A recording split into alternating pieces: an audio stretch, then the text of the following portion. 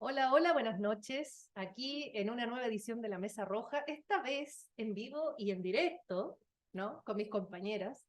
Estamos dejando este programa grabado un poquito antes y sabemos que se va a transmitir el día 1 de enero. Es un viaje al pasado, como dice Daniela Pastrana.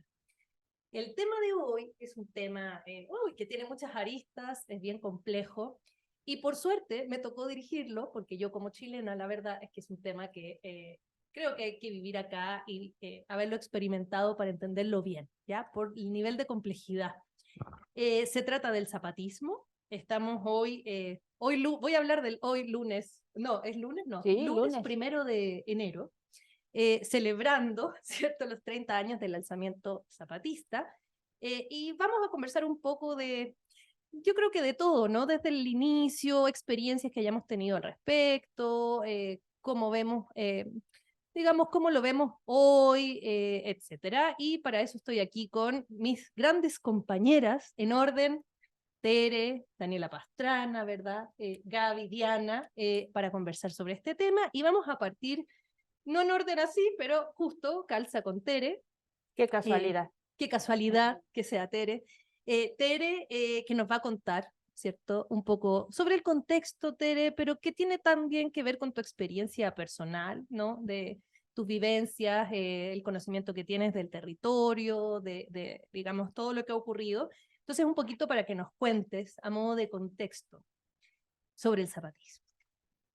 Eh, bueno, en realidad a mí me Mm. tocó un cacho muy chiquito ya de esta larguísima historia, porque estamos cumpliendo 30 años del alzamiento.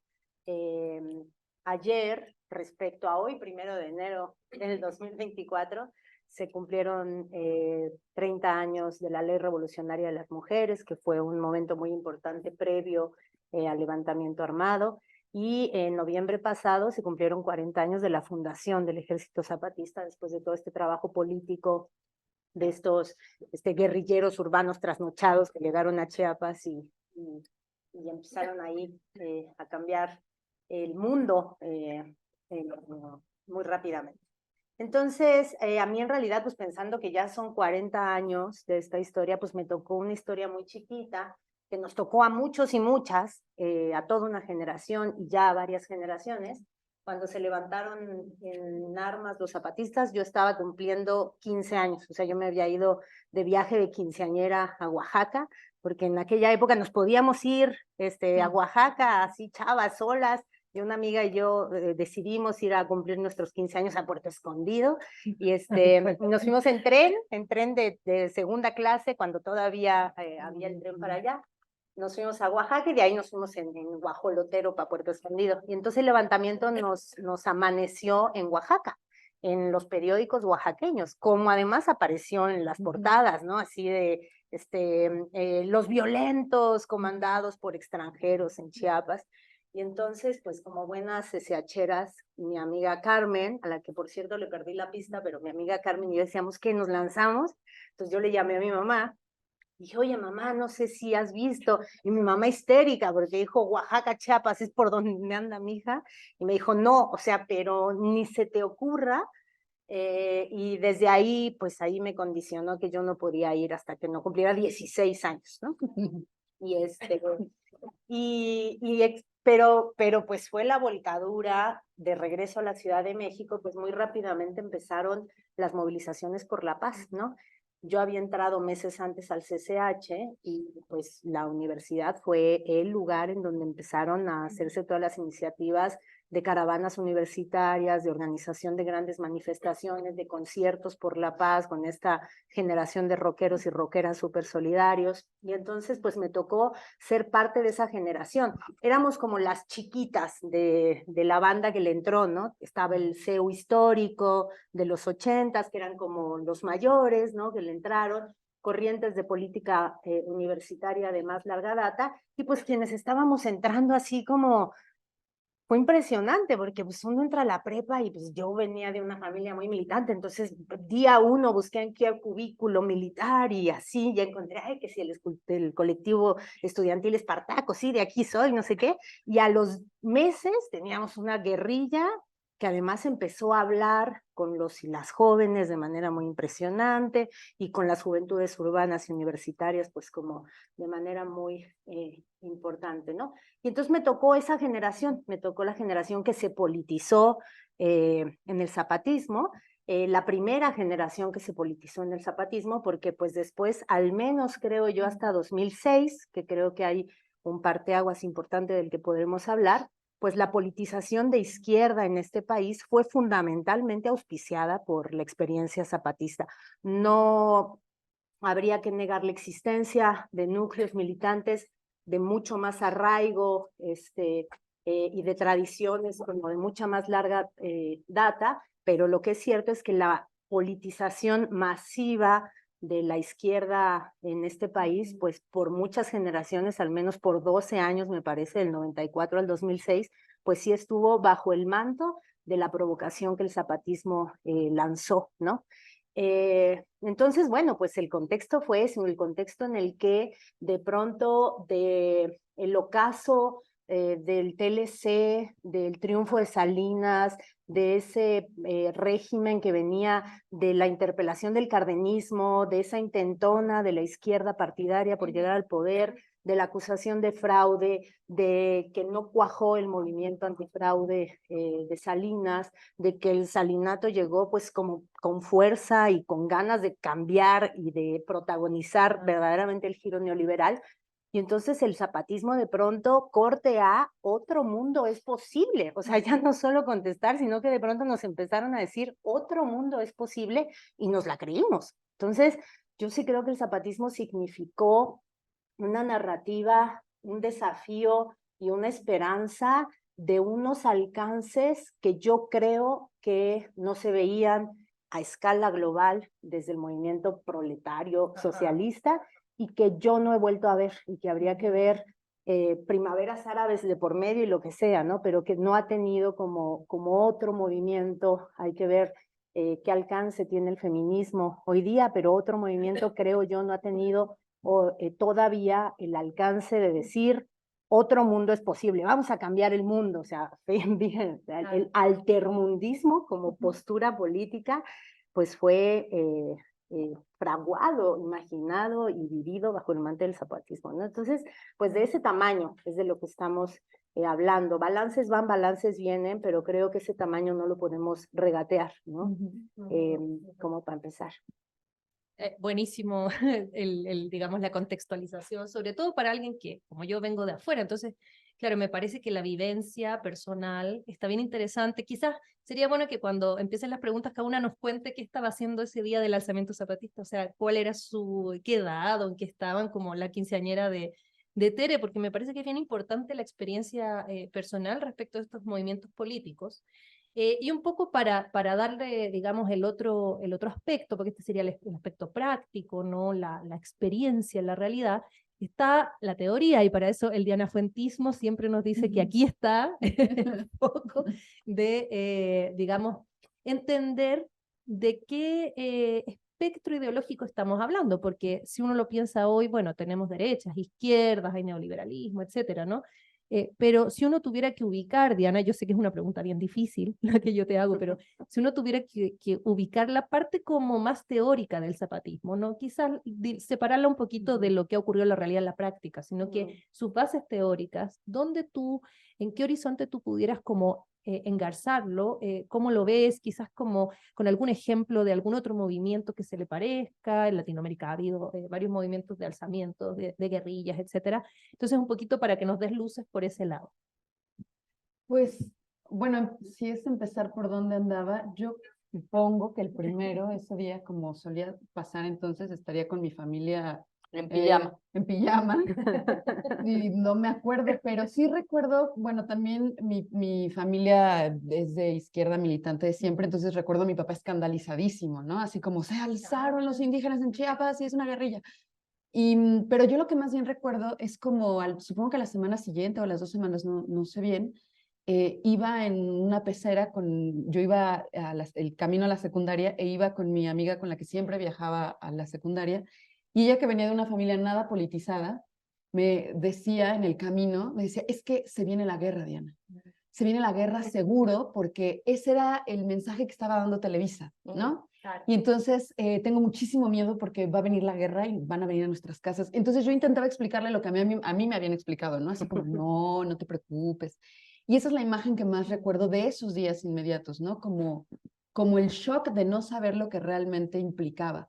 Y creo que sí tiene que ver con ese primer escenario de esos primeros días en los que pues el EZ sí estaba declarando la guerra al Estado mexicano, ¿no? Y estaba convocando a la insurrección. Pero bueno, en torno a ese como espectro ideológico, yo creo que el escenario es, el antecedente es la caída del muro en 1989 y con eso un corte de la izquierda, digamos, revolucionaria clásica de partido, leninista, en fin, con todas sus variantes, y la caída del paradigma del socialismo, ¿no? Como el horizonte a futuro. Y entonces el inicio de los 90 es un momento de un gran retroceso de la izquierda en el mundo. Okay. Y en ese marco también, bueno, en el caso de México, pues una persecución política feroz. O sea, después del fraude del 88, hubo muchos muertos. O sea, la defensa del voto y la defensa en contra de la imposición de Salinas fue brutal, ¿no? Entonces, más de 500 militantes del del PRD. exactamente. En el Salinas. O Y sea, más entonces, muertos que hoy día militantes del PRD. seguro, Sí, algo así. además muchísimo más radicales, evidentemente. Pero entonces en ese marco, en México se venía de la historia de la guerra sucia de los 70s, los 80s con esa entrada al proceso electoral, ¿no? Y la lucha en contra y de la resistencia efectiva contra el salinismo, ¿no? Que fue feroz en términos de violencia. Y en ese marco, cuando transita el EZ de esa convocatoria, digamos, a la insurrección armada, a convertirse en fuerza política después de de la primera consulta que sacan y que dicen nos convertimos en movimiento político y la ciudadanía dice sí. Y después de esas primeras marchas en donde salimos, yo recuerdo pues que fuimos a la marcha y que solo puedo comparar, yo no sé si tenga la misma impresión o yo exagere, pero yo solo la puedo comparar con la de 2006, del del desafuero. desafuero. 2005. Ese que salimos a parar la guerra literalmente contra los zapatistas, ¿no? Y entonces, en ese marco también hay un giro sobre el discurso. Y es ahí, creo, cuando se inaugura como toda esta narrativa que nos decía Tere, finalmente nos forja intelectual y políticamente. Y en ese horizonte, ¿qué podríamos decir? Hay una expresión que utiliza Michel Louis, este intelectual franco-brasileño que tanto conocemos acá, de su matriz trosca y en fin, y él utiliza una expresión que es, digamos, para caracterizar cierto tipo de movimientos revolucionarios, y él habla de un romanticismo anticapitalista, ¿no?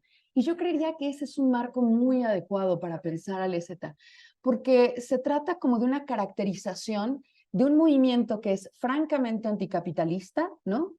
Que pone en el centro, ¿no?, la necesidad de combatir el sistema de producción que violenta la vida ordinaria, que nos explota, que destruye la vida en comunidad, y que al mismo tiempo tiene un aliento que viene del pasado, ¿no? Ahí está su registro romántico, es decir, que mira hacia el pasado para construir hacia el futuro. Y en el caso del zapatismo, pues el pasado es el pasado indígena y su resistencia pues de 500 años, ¿no? Y entonces cuando nos hacen mirar a los pueblos indígenas y los dignifican, ¿no? Porque en este país, yo recuerdo haber viajado a Chiapas, porque tenía familia en Comitán, el año anterior, en el 93. Y yo recuerdo preguntarles a mis papás por qué los indígenas caminaban bajo la banqueta, ¿no? ¿Por qué no se subían a la banqueta? Y recuerdo a mis familiares ladinos decir, pues, porque no debían subir, ¿no? Y no debían tener tierras, y eran flojos, y eran los indígenas, echan a perder el trabajo, ¿no? Entonces, ese es el México del que se viene, y yo creo que entonces esa caracterización de un movimiento profundamente anticapitalista que pone un horizonte utópico, nos puso un horizonte utópico a una generación, la famosa generación X, ¿no? Que éramos nosotros, donde había posibilidades de construir un mundo diferente y que finalmente no se encuadraba en la vieja militancia, ¿no?, marxista, leninista, ¿no?, que tenía como horizonte la construcción del socialismo, pero que sí ponía en el centro la lucha contra el capitalismo, pero una lucha que además podríamos también pensar que se enmarcaba en los procesos identitarios, es decir, la lucha por las identidades indígenas en el marco de los 90, cuando viene toda la lucha LGBTQ+, en fin, y yo creo que en ese horizonte está, ¿no? Fractura la vieja organización, ¿no? De partido, y nos convoca a pensarnos más en un nivel local y en un nivel de luchas que tuvieran que ver con los marcos de nuestra vida ordinaria y cotidiana para organizarnos desde ahí. Entonces, pues en términos generales yo pensaría que es eso. Incluso Marcos lo decía mucho, ¿no? Decía mucho como esto que decía Teresa, como que llegamos con toda nuestra ideología marxista, leninista, no sé qué, y los indígenas nos dijeron, ni más, ¿no? Esto aquí no funciona. Que en última instancia sí es lo que pasó, ¿no? Una reconfiguración del discurso político, y de hecho la historia misma de cómo se forja el EZ, pues efectivamente ya está muy documentado, traza también esa misma trayectoria, ¿no? Primero se forjan como una guerrilla tradicional y finalmente van transitando hacia otra cosa y por lo tanto crean también otra discursividad. Esa discursividad y ese horizonte ideológico también fue mutando, eso también creo que hay que decirlo, ¿no? Eso último, Diana, está súper interesante, hay que retomarlo en la segunda tanda, o bueno, lo vamos a conversar en algún momento.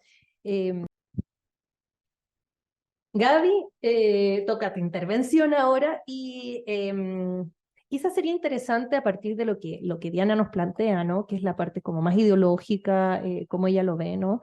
El discurso del zapatismo. ¿Qué opinión tienes tú respecto de eso? ¿Cómo lo ves?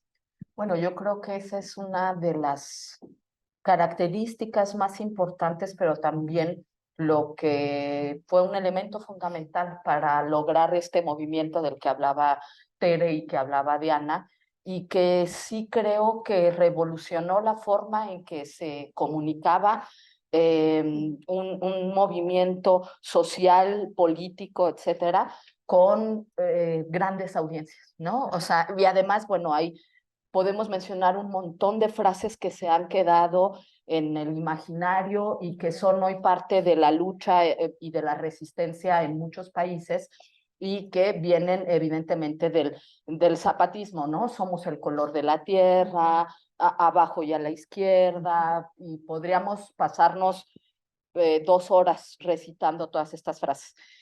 Yo creo que en ese sentido cobró una centralidad muy importante la figura del subcomandante Marcos.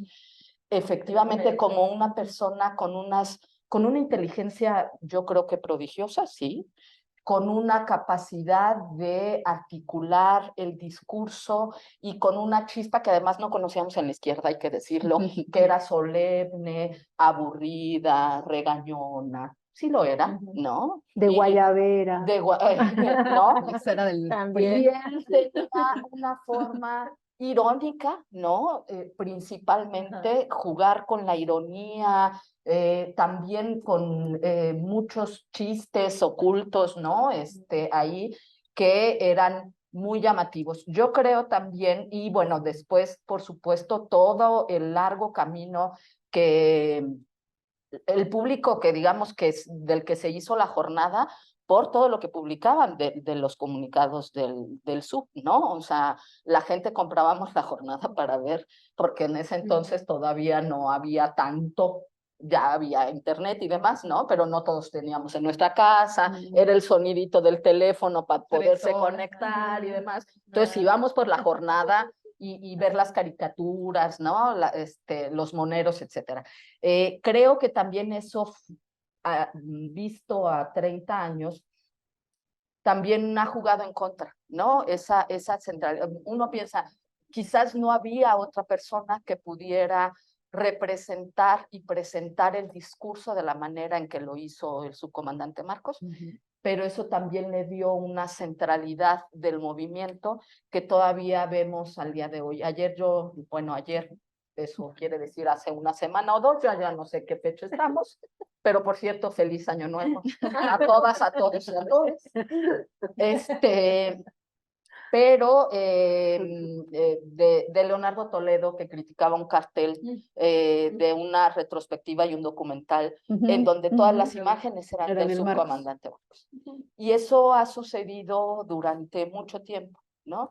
Quizás también por una incomprensión de ir al fondo del discurso, porque justamente si uno dice, bueno, si escuchamos lo que está diciendo, pues tendríamos que estar mirando a las comunidades que están ahí, a toda la gente que está representando. Habría que ver qué tanto esa forma de decirlo y demás lo permitía. O sea, no nada más es una forma, no es nada más una incomprensión de los lectores, entiéndase lectores no como nada más escritos, sino quienes desciframos el mensaje, sino también en la forma en que se dice, en todas las relaciones que se tejen, ¿no? O sea, pensamos a Joaquín Sabina queriendo componer una canción, bellísima por cierto, hay que decirlo, ¿no? Con el sub y demás, entonces, bueno, ahí yo creo que esa ha sido después de muchos años, un arma de doble filo, ¿no? O sea, no podríamos entender ni entender nuestra adherencia, ¿no? De esas cosas que decía y que nosotros decíamos, es que esta es la neta del planeta, o sea, nos está diciendo la neta del planeta, nos sentíamos no solamente identificados, sino llamados a congeniar con ese discurso, a luchar, a tratar de movilizarnos, pero después eso creó también una sombra sobre los verdaderos asuntos y creo que ese ha sido un problema que todavía se viene arrastrando. Creo también que la importancia de ese discurso es que articuló en un solo movimiento luchas de efectivamente siglos de los movimientos indígenas, porque hay que decirlo, los movimientos indígenas no empezaron con el zapatismo, no han dejado la lucha, pero encontraron una visibilidad con toda la población que no habían tenido. Yo eso lo platico desde el contexto en donde a mí me tocó vivirlo, que es en el estado de Michoacán, donde el movimiento indígena de los purépechas, incluso con una bandera, con digamos, reivindicaciones autonómicas de muy larga data, encontraron allí también una fuente y un camino para andar juntos. Personajes como el de don Efrén Capiz, ¿no? Y su esposa Eva Castañeda, que además fueron los que fundaron el primer caracol fuera de Chiapas, ¿no? En Michoacán, pues sin duda encontraron y podría decir, digamos, como una retribución a muchísimos años de lucha, muchísimos años de represión que después del EZ ya no era tan sencillo que sucediera, ¿no? Si uno ve la historia de esos luchadores antes del EZ, de las veces que los metían a la cárcel, las enormes golpizas por las que, por cierto, le dio el cáncer a don Efrén Capiz, etcétera, después del EZ ya no eran luchas que ocurrieran tan en solitario como para que pudieran ocurrir tantas arbitrariedades como antes.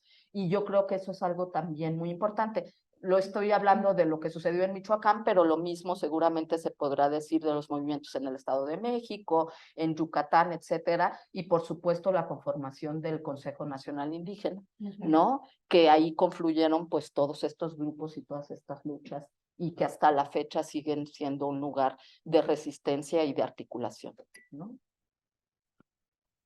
Bueno, como todo movimiento social, el que sea, ¿no? O sea, en algún momento hay algo como teórico, interesante, de base, pero generalmente lo que ocurre es que eso va mutando, va cambiando, hay errores, hay cosas que se hacen muy bien. Y estoy pensando en las guerrillas de Sudamérica, por ejemplo, o sea, como que parten con causas muy legítimas y de alguna manera el poder o ciertos personajes o ciertas situaciones como de mezcla con la política hacen que de alguna, esa lucha se vaya no necesariamente trastocando, pero sí vaya perdiendo, digamos, el origen o la razón de por qué empezó. Y a propósito de eso es la pregunta para Daniela Pastrana, que es una pregunta difícil, y lo conversábamos antes de que empezáramos la mesa, porque sí es una pregunta compleja, ¿no? porque estamos a 30 años, yo creo que ya se puede evaluar más o menos con cierta distancia, o sea, uno puede ver cierto el origen, qué ha ocurrido, etcétera, y de alguna manera hacer una, no evaluación, pero quizás algunas ideas que uno pudiera tener respecto de errores, aciertos, cosas que se hicieron bien, cosas que no se hicieron tan bien, etcétera. Y estoy pensando en lo que también Gaby nos planteaba, ¿no? Son armas de doble filo, siempre ocurre, no es algo solo de México, digamos, estoy pensando en la FARC y otras, ¿no? Que también han tenido estas cosas un poco complejas, porque así es la humanidad, pero yo creo que es como un comentario, Dani, que uno pudiera pensar a 30 años, bueno, ¿qué te ha parecido de cosas que sí hay que rescatar y cosas que hay que destacar como, no necesariamente errores, pero que no contribuyen, digamos, a la lucha y pudieran mejorarse pensando en luchas futuras, ¿no? Pues yo digo que me tocó la pregunta, como dicen, la rifa del tigre, ¿no? Sí. Porque lo que ocurre, y creo que sí hay en general, mucho temor de quienes hemos estado o ha tenido algún tipo de afinidad, de cercanía. Yo, como verán, en mi casa está lleno de afiches zapatistas. Yo en 2019 regresé a pasar el año nuevo ahí, a ir al encuentro de mujeres que luchan. Yo siempre hay como, es una cosa que me llama la atención y que además es tiene mucha similitud con la 4T, que es no cuestionar nada, ¿no? Es intocable, porque cualquier cosa que cuestionas no solo te genera mucho enojo de algunos amigos, sino que además parece que estás fortaleciendo otros discursos que han buscado aniquilarlos. Y eso hay que entenderlo, o sea, siempre son movimientos que van en desventaja, ¿no? Que tienen que pelear contra un montón contra una estructura y un sistema que busca desde el inicio aniquilarlos. Y entonces, pues cuando se magnifica un error, termina siendo, o sea, te sientes culpable de decir, ay, yo estoy colaborando con esto, entonces siempre termina siendo la pregunta más compleja. Pero yo creo, y estoy convencida que en la izquierda, en una, en la otra y en todas las izquierdas, es fundamental la autocrítica. Es más, hasta con uno mismo, ¿no? Es que el día que pierdes la autocrítica, pierdes el paro de hacia dónde vas. Y esa crítica y esa autocrítica, pues qué mejor que hacerla desde la izquierda, ¿no?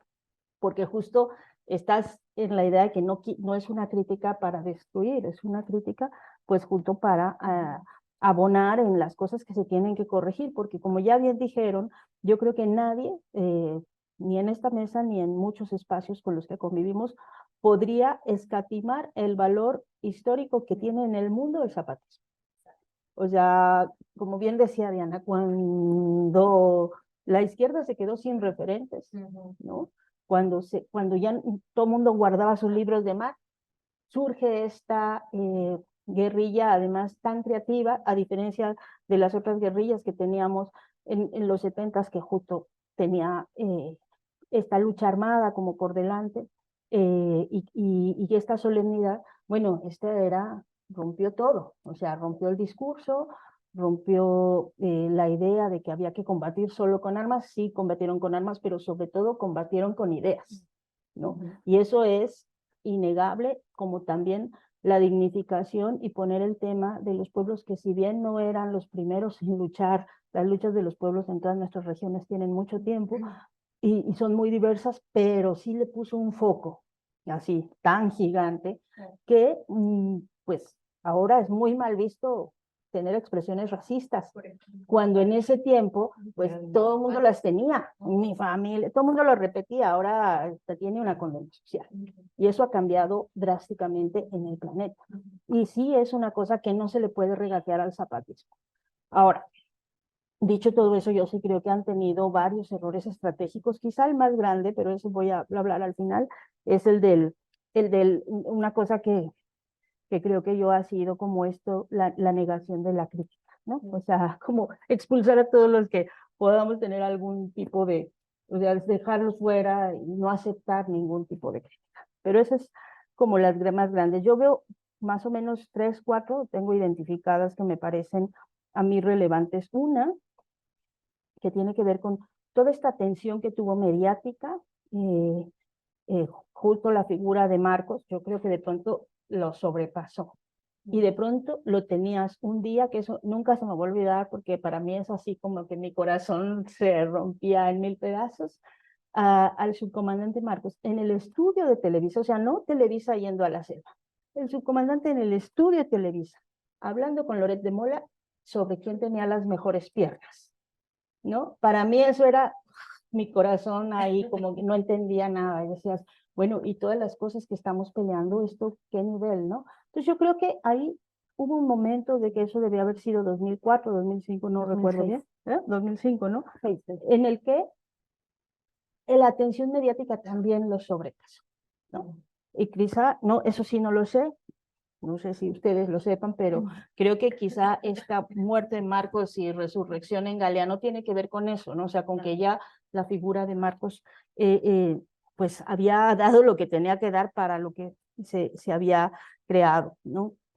Luego, 2006, no solo por la campaña de abstención, que para mí ha sido muy importante, o sea, yo creo que 2006 fue el año, dicen, ¿qué año se jodió México? 2006. Estoy convencida que nunca debimos dejar que tomara posesión Felipe Calderón, jamás, nunca, por lo menos en mi caso personal, creo que fue un parteaguas, digamos, el gobierno de Felipe Calderón vino a arruinar en muchos sentidos mi vida, como la de mucha gente, y 2006 habíamos tenido la APO en Oaxaca, la represión tan fuerte, habíamos tenido a Tenco, y entonces teníamos esta, que uno puede entender su posición de llamar a no votar, porque efectivamente lo que dicen nadie lo puede negar. O sea, el Estado es una herramienta del patriarcado colonial, todo lo que quieran decir, sí lo es. O sea, eso no lo podemos discutir. Lo que podemos discutir es el momento en el que teníamos esa efervescencia y esas posibilidades de cambiar, y cuando la opción era un personaje como Felipe Calderón, ¿no? Entonces, ahí es donde yo creo que fue un error estratégico muy grande, porque también, pues, tuvimos incluso este tema de Atenco, y creo que lo he conversado algunas veces con unos colegas del Frente por la Defensa de la Tierra. Teníamos este evento en Tlatelolco, ¿no? En el que estaba el 3 de mayo, cuando sabías que la represión iba a ser durísima. A lo mejor no imaginábamos que iban a violar mujeres, a lo mejor eso no lo imaginábamos, pero sabíamos que la represión iba a ser muy fuerte. Y entonces decir, váyanse, ¿no? Y yo me quedo en mi campaña abstencionista de llamar al voto nulo, y regrésense todos y váyanse a Atenco a defender a Atenco. Pues lo que tuvimos fue lo que tuvimos, ¿no? Y una huella y una marca que creo que, pues, tantos años después es difícil de generacionalmente. Sí, generacionalmente es dificilísimo de superar. Entonces creo que ahí el momento, digamos, ahora sí que histórico no se midió. Y hay quienes dicen, bueno, los zapatistas tienen sus propios tiempos, y digamos, desde su lucha tienen razón, pero en el contexto del país, ese tiempo pues fue muy mal time para mí, ¿no? El otro es, ahí sí, no sé si es 2022, 2021. Bueno, otro fue en diciembre de 2018, no, 2019, que ahí estuve yo en el Año Nuevo, en Caracoles, y después de las reuniones de las mujeres que luchan, cuando la imagen que se presentó y el mensaje que se lanzó fue las armas, o sea, recuperamos o sea, presentamos a nuestro ejército armado y vamos a pelear con lo que sea contra los proyectos extractivistas. Y lo real es que a la vuelta de los años no se logró articular una resistencia efectiva frente a los proyectos extractivistas. Y no, o sea, y el mensaje de las armas pues ya no le decía nada a nadie en ese momento, ¿no? Entonces, esa resistencia efectiva, que juro intentamos verla en muchos lugares, fuimos muchas veces a tratar de buscarla, y no la encontraste, ¿no? Digo yo, y eso me van a odiar los de la 4T, pero para mí es el tren llamado López Obrador, no el tren Maya. Pasó, ¿no? Y pasó y se inauguró, ¿no? Ahorita en diciembre, sin mayor resistencia, o sea, sin una resistencia efectiva. Entonces yo creo que ahí simbólicamente también hubo una falta. Luego 2020 o 22, 21, 22, ahí se me van las fechas, y creo que ya es la última, cuando deciden irse de travesía a Europa. he tenido muchas discusiones con la gente que convencida del zapatismo, en el sentido de que incluso con gente que está en Europa y que te dicen, no, es que fue muy importante para los movimientos de izquierda de Europa, la reunión con los comandancias zapatistas y con los enviados zapatistas, y estas reuniones nos volvieron a activar. Dices, muy bien por ustedes, pero en términos de efectividad del movimiento, yo sí creo que tienes a América Latina en la efervescencia. Exacto. Tienes Bolivia, ahorita Guatemala, Chile, o sea, 2019 Chile, 2021 Colombia, 19 también fue Bolivia, ¿no? Y tienes ahora Guatemala, todos con una efervescencia, sobre todo de dos cosas, de jóvenes y de pueblos.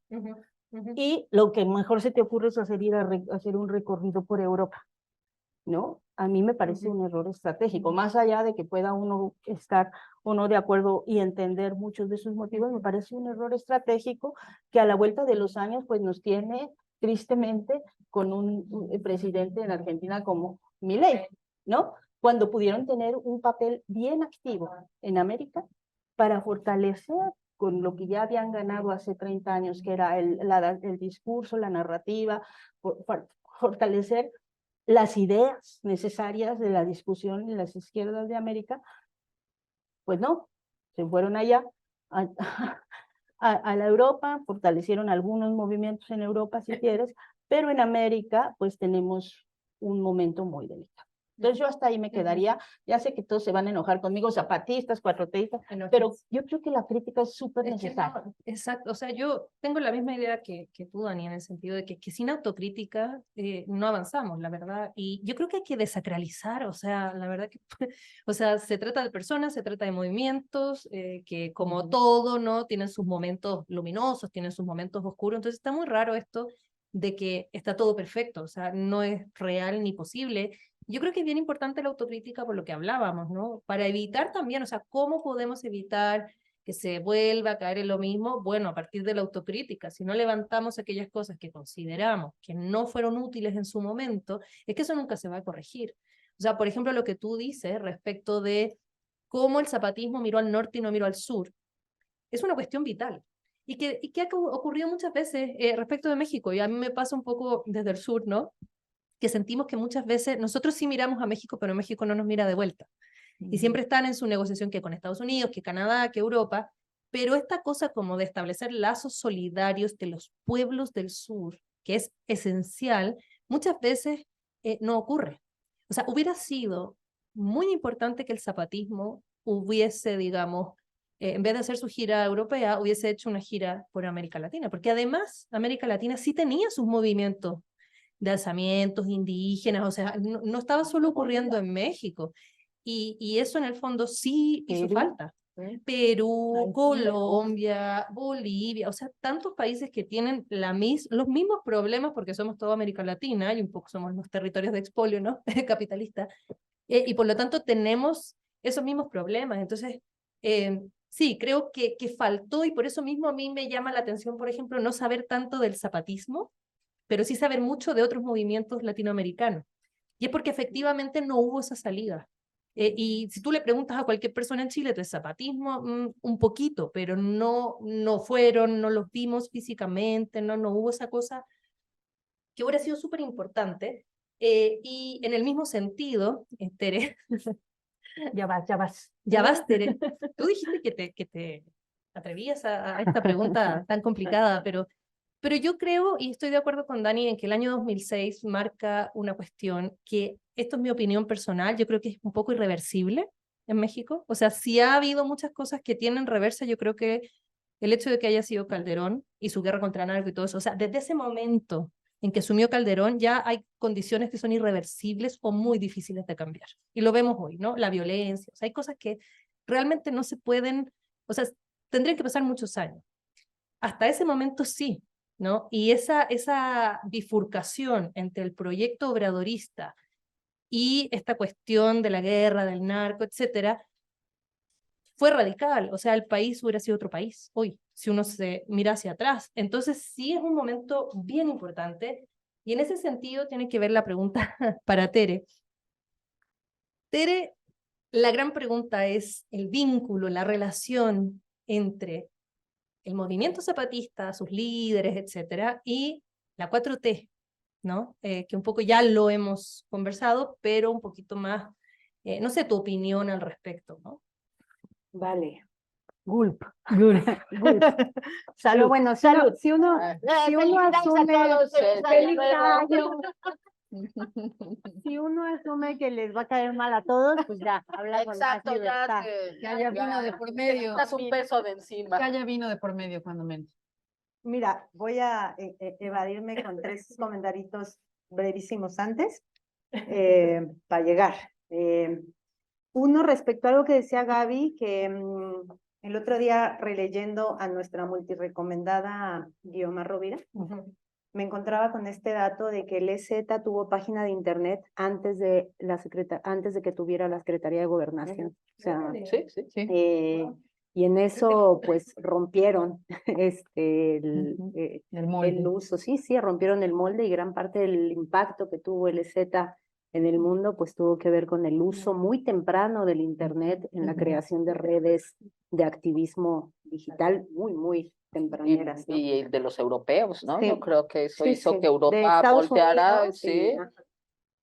La segunda cosa es que pasar de esa imagen del Comitán y el San Cristóbal, el Coleto, de los indígenas abajo de la banqueta, a los 3 millones de votos en 1999 en la consulta por el reconocimiento de los derechos de los pueblos indios. Así se llamaba la consulta. Y 3 millones de personas, una consulta autoorganizada con recursos propios, fueron a urna a depositar su voto, ¿no? Ya en la primera consulta para parar la guerra se habían colectado alrededor de 1 millón de votos, que era impresionante como ejercicio plebiscitario autoorganizado, pero para el 99 los zapatistas convocaron 3 millones de votantes a manifestarse a favor de los derechos de los pueblos indios. Y se hizo de los acuerdos de San Andrés la agenda de la izquierda en México, o sea, los acuerdos por de los derechos de los pueblos indios. Otra cosa que me parece muy impresionante.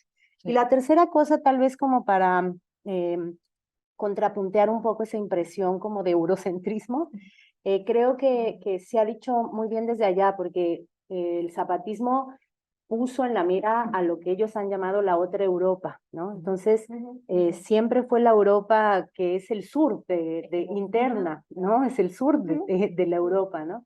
Es la Europa que ahorita está volcada al movimiento de migrantes, a los centros sociales, la Europa precarizada, y no es casual que los más importantes núcleos de solidaridad con Chiapas pues fueran España, Italia y Grecia, es decir, el tercer mundo de la Europa, ¿no? La periferia del centro, digamos. Les ¿no? faltó el sur de Un España, poco, Extremadura o alguna cosa así.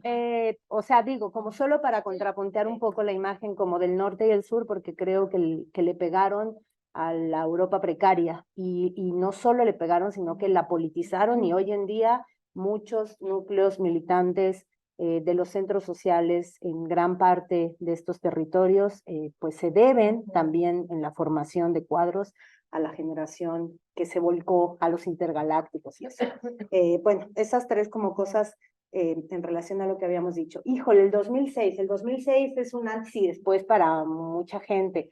Para mí personalmente fue la disyuntiva de ir al plantón o no, ¿no? Yo en el 2006 estaba en la disyuntiva de pedir mi registro a la otra campaña o volcarme a la resistencia contra el fraude, y creo que toda una generación que habíamos estado como intentando articularnos en el zapatismo, en mi caso, en ese momento recién extinto Frente Zapatista de Liberación Nacional, pues tuvimos como decir, aquí hay movimiento, y aquí hay pueblo, y aquí hay banda de izquierda, ¿no? Pero bueno, creo que el 2006 le representó al EZ el gran desafío de dejar de ser el foco de la izquierda, ¿no? Es decir, estuvo Atenco, estuvo la APO, estuvo el movimiento contra el fraude, y de pronto, pues ya no ser abajo y a la izquierda en México era sinónimo de ser zapatista, y creo que tuvieron que repensarse en términos de cómo convivir con estos otros movimientos que eran interlocutores independientes, ¿no? Ya no eran el zapatismo civil, ¿no? Atenco no era el Frente Zapatista, la APO no era el Frente Zapatista, no, eran movimientos con el apellido, ¿no? Y creo que eso habrá sido, me imagino, yo ya eso lo viví bastante en la distancia, pero me imagino que habrá sido como un corte importante y un desafío importante para su autoconcepción de su lugar en la configuración de lo que ellos llaman abajo y a la izquierda, ¿no? Pero yo me iría un poquito antes, porque creo que la tradición legislativa es una cosa que no podemos obviar, ¿no? Es decir, la actitud del zapatismo frente a la izquierda partidaria no se puede entender sin la participación activa del entonces PRD en una parte que hoy está muy orgánicamente integrada a Morena, en la tradición legislativa, que reitero, había sido la bandera de la izquierda en México. Los acuerdos de San Andrés y la ley Cocopa eran la bandera de la lucha, ¿no? Y de pronto, pues, al vaso legislativo, negociación, cuchupe, antes del Pacto por México está esa onerosa mancha en la izquierda de la concertación, ¿no? Claro. Y en eso hay que decirlo, o sea, esa traición se fraguó en el PRD dirigido por Andrés Manuel López Obrador. Y se concretó bajo la dirección de Pablo Gómez, ¿no? Pero, ¿cómo se hace, no? O sea, ¿cómo se hace para tener lo que se le pidió, ¿no? O sea, como... No, y además, bueno, el cuando- voto fundamental, recuerdo mucho, además yo recuerdo mucho ese día de lo de San Lázaro, que creo que fue otro momento también en el que se me rompió el corazón, pero me tocaba hablar de otra cosa, de Lázaro Cárdenas, Batel, Claro. ¿no? Tal cual. O sea, es que tienes a todos los grupos de la izquierda partidista ahí metidos y Sí, sí, Tal cual. y el Ahí sí, cardenismo total. representado tal cual. del 88 y de... todos. Sí, sí. Entonces, bueno, creo que esa una variable que no podemos no tomar en cuenta para entender hoy la relación con Morena y la 4T. Y la otra es que tenemos que pensar a Morena en Chiapas. Morena en Chiapas heredó a la gran familia chiapaneca, enterita. Y voy a poner un ejemplo del que ya hemos hablado muy concretito, Constantino Canter, ganadero que secuestró a la caravana universitaria, la secuestró, o sea, organizó a un cúmulo de ganaderos a ir a secuestrar y amenazar de muerte a los universitarios y universitarias que fueron a entregar apoyo humanitario. Este ganadero que decía que valía más una gallina que un indio, ese ganadero fue candidato de Morena en Chiapas.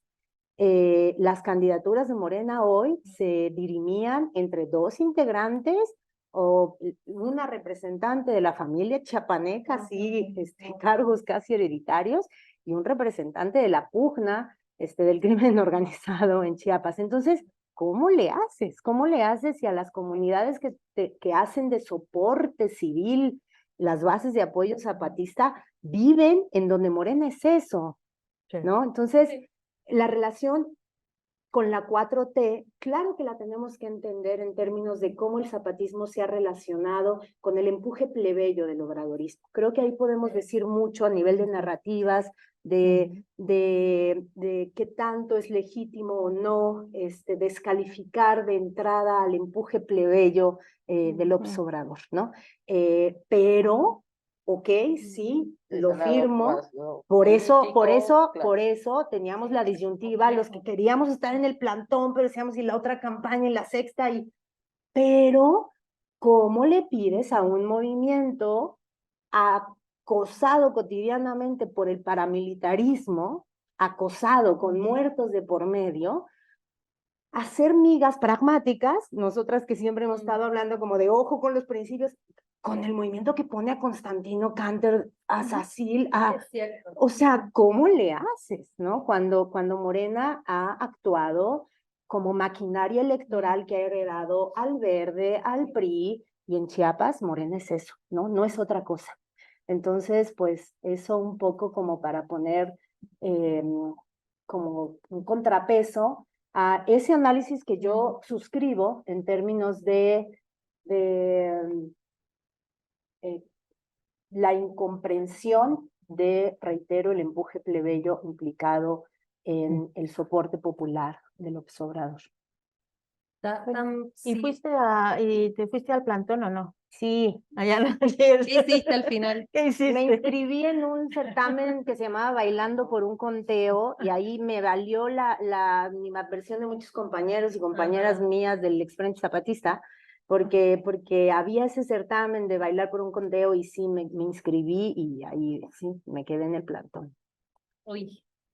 Pero es que sí, es súper interesante los puntos que pones, Tere, porque en el fondo las cosas no son tan simples ni son blanco y negro, ¿no? O sea, hay muchas complejidades como tú lo planteas. Y un poco le ha pasado a Morena en varios, o sea, en varios frentes, ¿no? No solamente con los zapatistas, o sea, lo que pasó en Coahuila.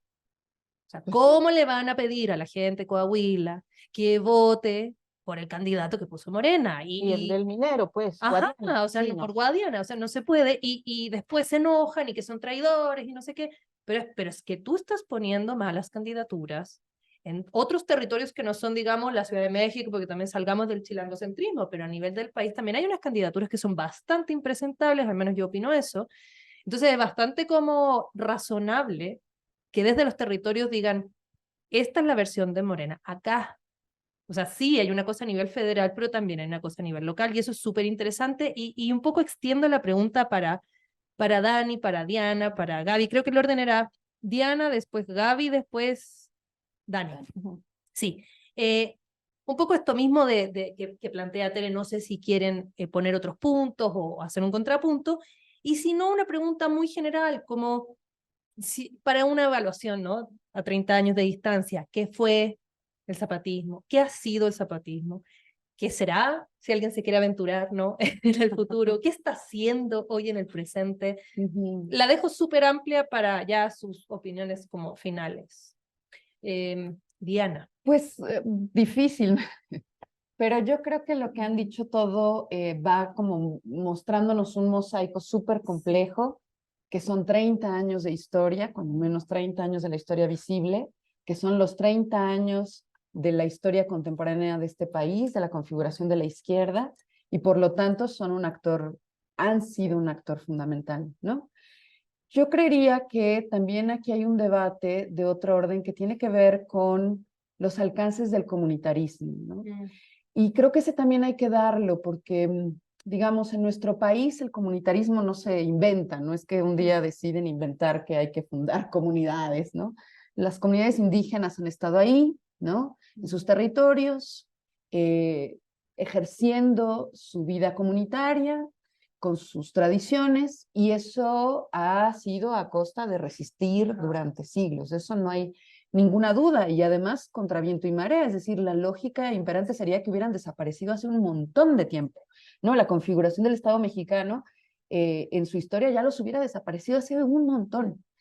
Y por lo tanto, la gran traición de la que hablaba Tere, pues es muy importante porque efectivamente lo que muestra es la resistencia de un Estado capitalista como el nuestro a reconocer derechos comunitarios porque contraviene toda la lógica de la configuración capitalista del Estado moderno, ¿no? Yo recuerdo mucho a Fernández de Ceballos en aquellos años de los acuerdos de San Andrés diciendo no podemos aceptar esos acuerdos. Sí. Y no podemos aceptarlos porque en última instancia les vamos a dar derechos particulares cuando lo que debe regir es el derecho liberal. Entonces al rato todo el mundo nos va a venir a pedir sus territorios, sus recursos y eso el Estado nos lo rompe.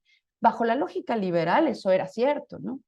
Entonces, yo creo que eso hay que mirarlo, ¿no? Es decir, la resistencia de los pueblos indígenas, su vida comunitaria, es un intersticio en el que se cuela una manera de sobrevivir a la lógica del capital.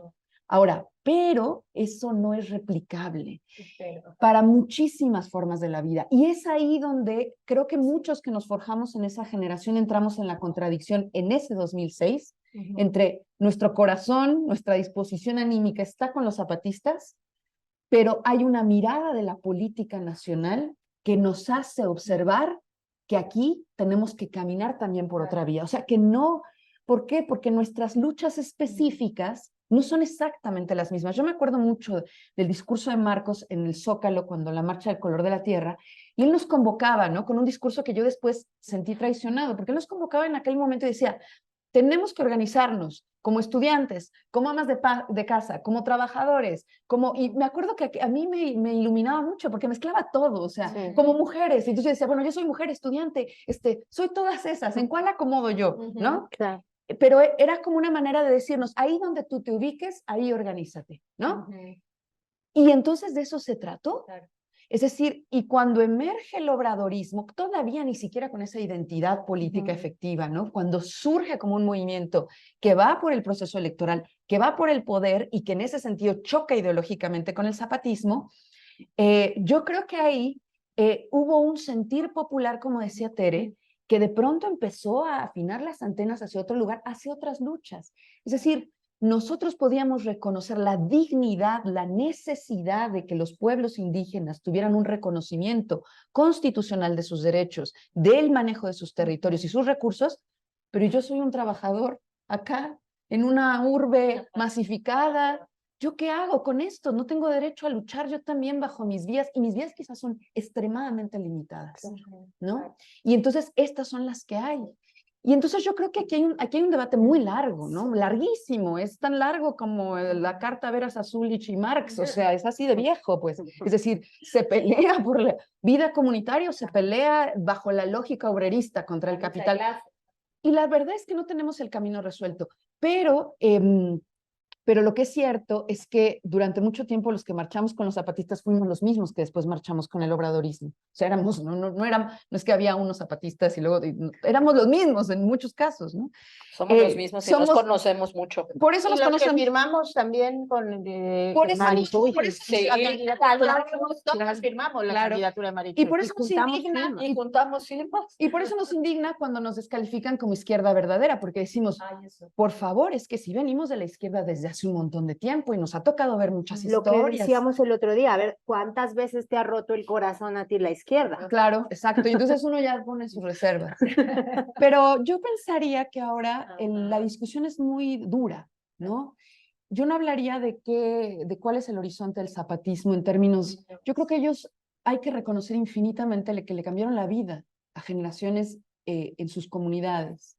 O sea, la vida que tienen esos niños y esas niñas es infinitamente distinta de la que pudieron haber tenido. Y nos cambiaron la vida a todos los demás en un horizonte simbólico y político. Sin embargo, hay una discusión aquí sobre, en última instancia, ¿están fuera del Estado mexicano? No. Es decir, crear una comunidad o una comunidad que ejerce su autonomía bajo sus principios, ¿queda fuera de la lógica del Estado nacional capitalista? No. Y una de las grandes contradicciones de esto es el arribo del crimen organizado. Y ahí es donde está el gran tópico. Es decir, había que pelear políticamente, también con el Estado, en contra del crimen organizado. Y eso es lo trágico del asunto, ¿no? Porque yo debo decir que pensaba uno el zapatismo como eterno, ¿no? Como eterno, como van a sobrevivir, van a ser generaciones, como ellos han dicho, ¿no? En los últimos comunicados. La niña que nacerá, ¿no? La nieta de la nieta que en 100 años nos dirá. Y todos anhelamos que sea así. Pero si el crimen organizado sigue infiltrándose y ya no es el clásico paramilitar, ¿no? No, pues no. Entonces, el ejercicio de la política tiene que salir, tenemos que pensarlo de otra manera. Si no ellos, todos los demás. Y también tenemos que contribuir a bajarle también al discurso de cierto obradorismo que insiste en este discurso que creó Televisa de que eran una creación de Salinas, ¿no? Eso lo creó Televisa y eso hay que decirlo con toda fuerza, compañeros. Ustedes no pueden repetir ese discurso. Eso lo inventaron en Televisa, ¿no? Y lo que hay que ver es el proceso. Es un proceso complejo como la realidad misma. Y por lo tanto, entonces no dije cuál es el horizonte del zapatismo.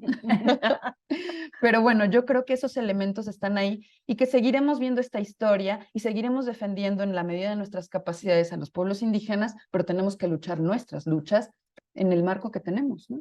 Y es la complejidad con todos los movimientos sociales, Diana. En el fondo, el feminismo tiene la misma complejidad. Claro. O sea, es por vía del Estado o rechazamos el Estado liberal capitalista y nos vamos por fuera. Pero si te vas por fuera, entonces no logras los cambios estructurales que necesitas y no puedes luchar por cosas que son súper importantes. Entonces, permanentemente es esa la disyuntiva que tiene la mayoría de los movimientos de los 90 en adelante, Claro. de ver cómo qué se hace con la cosa como estatal, ¿no? Porque ¿qué? ¿Destruimos el Estado? Sería una opción, o sea, es una opción que muchos... Deseable, Me totalmente, encantaría, pero no pero la inmediata. realidad misma, no... ¿Y cuál es tu otra opción? O sea, esto del 2006, que es el año que cambió México, el año de que ya se De la puso un poco desgracia. sí, irreversible, o sea, hay cosas que ya yo lo veo tan difícil, el crimen organizado, o sea, el crimen organizado fragmentado hoy en día en miles de millones de bandas pequeñas que están en todo el territorio mexicano. Ya ni siquiera hay cárteles grandes, son miles de bandas, es una cosa que ya se fue de las manos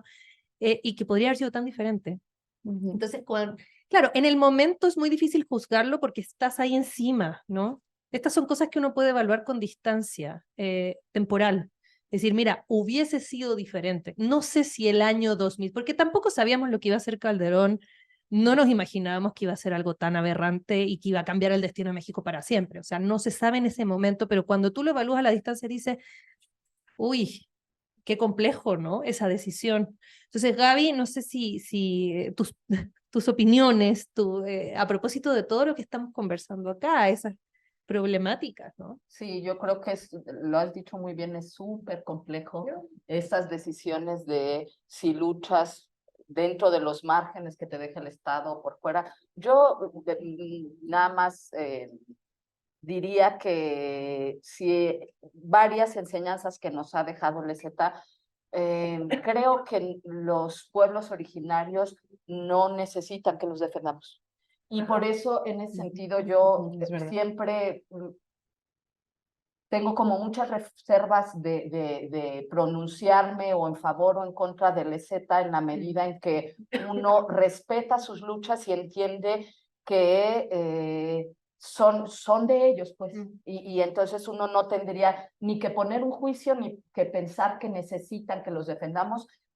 Quiero pensar que más bien confluimos muchas veces en la lucha y en ese sentido la parte del EZ que tenemos la izquierda es justamente ese momento y que lo mencionamos antes de empezar el programa, la importancia del surgimiento del EZ en los 90 cuando la izquierda a nivel internacional estábamos derrotados, ¿no? Después de la caída del muro, de la URSS, etcétera, y nos dio ese nuevo horizonte. Después, cuando viene el rompimiento por la traición y el no cumplimiento de los acuerdos de San Andrés, que hay que decirlo, siguen sin cumplirse. Ese es un punto. Evidentemente, ellos tomaron un camino en el que la gente que no pertenecemos a los pueblos originarios era muy difícil insertarnos. O sea, yo pensaba, a mí me gustaría a lo mejor vivir en un caracol, nadie me va a aceptar, ¿no? O sea, no era ese necesariamente nuestro espacio, pero por otro lado, para luchas, como yo decía, de hace siglos, también lo que logró el EZ, si bien los acuerdos no lograron concretarse, sí se hicieron cambios constitucionales sin los cuales, por ejemplo, la autonomía de la que goza ahora Cherán en Michoacán serían impensables. Y fue una autonomía lograda legalmente, a diferencia de los caracoles, que era una autonomía de facto. Ellos han logrado elegir a sus propias autoridades y eso ha significado que ellos manejen sus propios recursos. Les tiene que dar el gobierno del estado sus recursos como municipio para que ellos los administren. No se pueden llevar a cabo elecciones partidistas ahí y yo creo que esas reivindicaciones son muy importantes, ¿no? Y las hicieron en los márgenes del estado con las leyes que les permitían y aún así lograron ese nivel de autonomía y eso yo creo que es muy importante. Otra cosa es que siempre nos recuerdan que hay otro tiempo, ¿no? Nos lo recordaron no solamente diciendo aquí están los pueblos originarios después de 500 años, ¿no? Y ellos no están en este tiempo, sino en otro tiempo, pero también nos lo recordaron con el salinismo. El salinismo tenía a no sé qué proporción de la población engañada de que estábamos a un paso de entrar al primer mundo.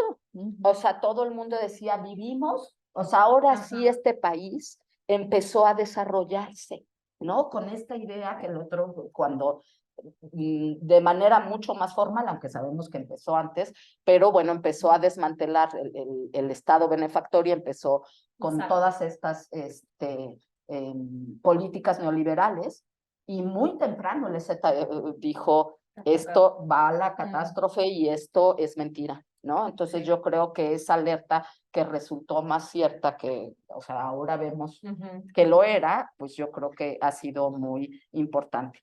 Sin embargo, creo que lo que tenemos que ver es que necesitamos muchas luchas en muchos frentes, por dentro, por fuera, y ver de qué manera nos encontramos a pesar de nuestras diferencias para articularnos, porque efectivamente, como bien decía Diana, las resistencias del Estado capitalista son muchísimas. O sea, pensemos, por ejemplo, en lo que decía Tere de la gran difusión del discurso del EZLN, por ejemplo, en Europa, gracias a Internet, que hizo que un montón de europeos se mudaran a Chiapas, europeos que ahorita tienen sus cafés y sus restaurantes a los que no dejan entrar a las comunidades de pueblos originarios a vender sus cosas.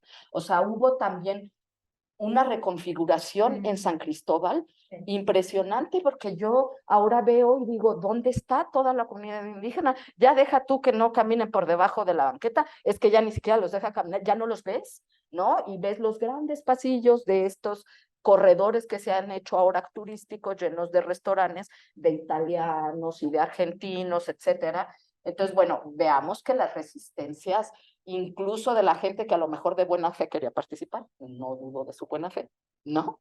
Pero que terminó en estas cuestiones. También, por supuesto, pues el asunto de la violencia, efectivamente es una violencia que crea el propio Estado capitalista, la violencia del narcotráfico que ahora vivimos, pero que sin duda en México tuvo una aceleración en el 2006. Ahí, por ejemplo, cuando ellos dijeron, nosotros formamos, bueno, desde antes, por supuesto, los caracoles y nuestras comunidades autónomas, es donde lo que dice Diana, ¿no? La gente que no podíamos insertarnos en esa dinámica comunitaria, dijimos, ¿dónde está nuestra lucha? Pues está en esta resistencia, ¿no? Del obradorismo, y fue efectivamente muy doloroso a la luz de los resultados del 2006 pensar en la otra campaña y en el voto nulo, ¿no?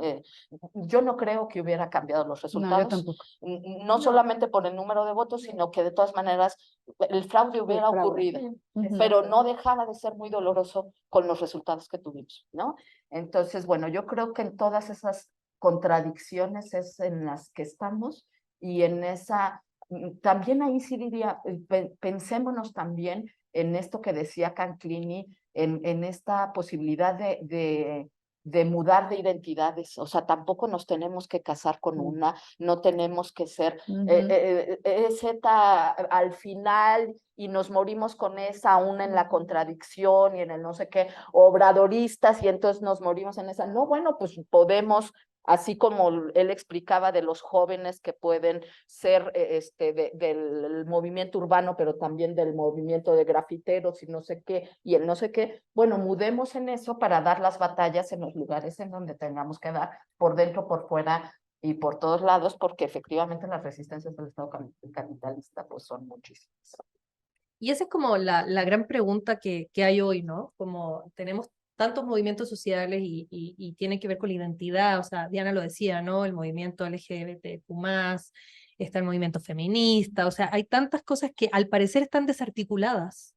Claro, la pregunta es cómo de alguna manera se articula la lucha, de forma tal que no se imponga una por sobre otras, porque también está la discusión eterna de está primero la lucha de clases o la lucha racial, y ahí Fano contra, ya, y saliendo un poco de esa disyuntiva de qué es más importante o qué debiese estar primero, yo me acuerdo siempre del feminismo para el 99%, que Diana una vez lo citó en una tertuliana, yo creo que en el momento preciso, porque yo creo que ese es como el quid del asunto, como el capitalismo nos tiene en una situación precaria al 99% de la población, solo el 1% vive bien en el régimen capitalista.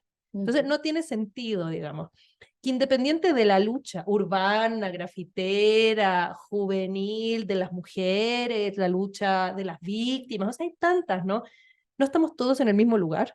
O sea, no somos todos las víctimas del capitalismo de alguna forma, y esa invitación que hace ese feminismo, yo siento que el feminismo tiene un gran horizonte como de lucha futura, siento que es un movimiento que sí abarca muchas cosas, si uno lo piensa así. O sea, ¿cómo es posible juntar las luchas pensándonos todos como anticapitalistas, digamos? Eso tendría que ser nuestra base, ¿no? De funcionamiento político y de lucha social. Y nada, se lo paso a Dani la pelota, final, Así te una tocan la cosa muy patata para sencilla, hacer Dani, que una no son... cosa. Yo es que dices, Es bueno, más, Dani, solucionanos toda la problemática de los ¿cómo, movimientos Dani? sociales, Te paso del esa pelota, Estado o no ¿cómo? Estado, Dani. Resuelve ya eso. Anarquía. Ya, yo aquí voy a tomar nota. Exacto, de hecho lo que vamos a tú anotar digas, lo que tú digas, Dani, en Y esta va a nuestro... ser la plataforma que vamos a lanzar. Sí, exacto. Exactamente.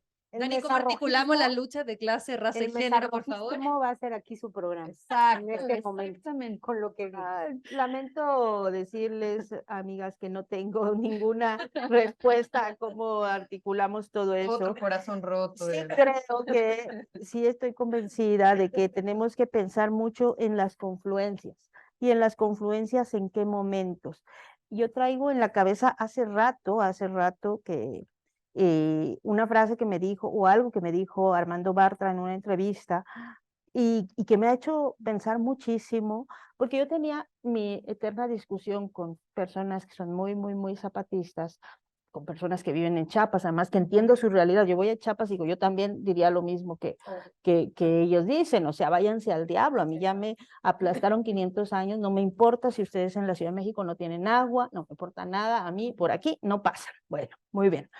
Pero yo les decía, ¿y qué hacemos los chilangos? O sea, nosotros no podemos sembrar aguacatitos, no tenemos, o sea, Ni en la azotea. Pues. no tenemos nada de eso. Entonces, ¿qué hacemos? Porque Que no entiendo, tenemos azotea. exacto, Digo, entre otras cosas. entiendo esa posición, pues, pero para quienes no estamos en un pueblo, quienes ya somos urbanos, quienes ya somos mestizos o la categoría, porque también esa es muy compleja, digamos, no indígenas, personas no indígenas. Yo le preguntaba un día a Yasnaya, ¿qué hacemos los sin historia? O sea, los que no tenemos los 500 años del pueblo mije, ¿no?